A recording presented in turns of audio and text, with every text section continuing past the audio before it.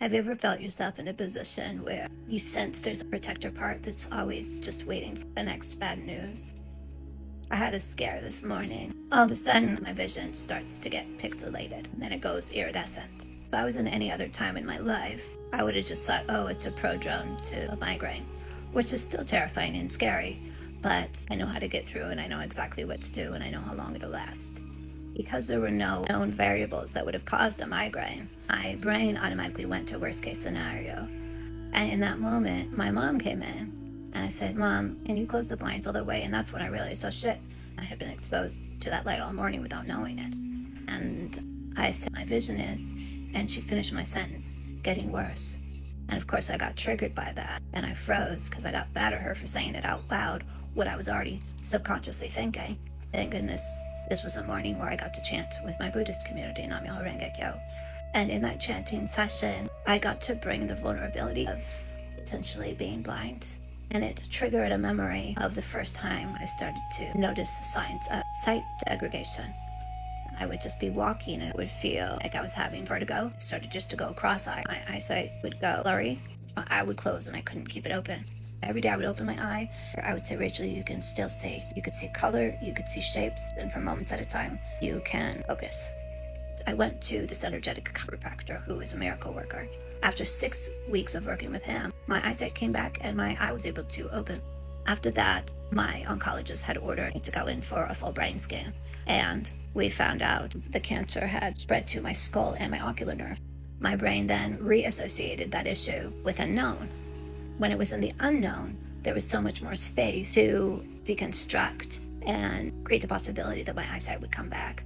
But as soon as the known of the cancer came in, and that feeling of I have no control underneath this authority, it took a turn for the worse, and I started to degrade full body at a much faster pace than before.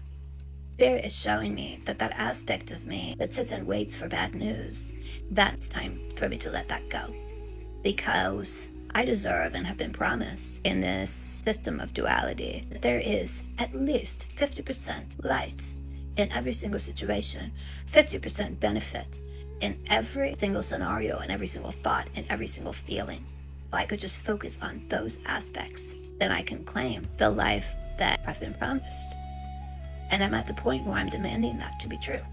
And angels, you've been gifting through my voice these insights for well more than a decade. And I'm commanding that the truth of those insights be shown, integrated and embodied in my actual daily experience. For me today, I'm going to meditate partly with my eyes closed, intentionally sensing, feeling the essence of nature, how beautiful it is to my eyes, and I'm going to feel it and know it through my body, through different channels. And I'm going to know that nothing is lost. And I'm going to continue to command that that aspect of worst case scenario thinking and giving all of my attention to an underlying fear be met with an equal and opposite aspect that automatically thinks of the best case scenario, that automatically brings best possible variables, best possible outcome into just much light and attention as was given the worst possible scenario. So that instead of constantly having the underpainting of expecting bad news, there's also a protective aspect of me that commands that good news also arrive at the same time. And I get to choose which messenger bird to call in to me as truth, just like you would choose a fortune cookie. What do you feel?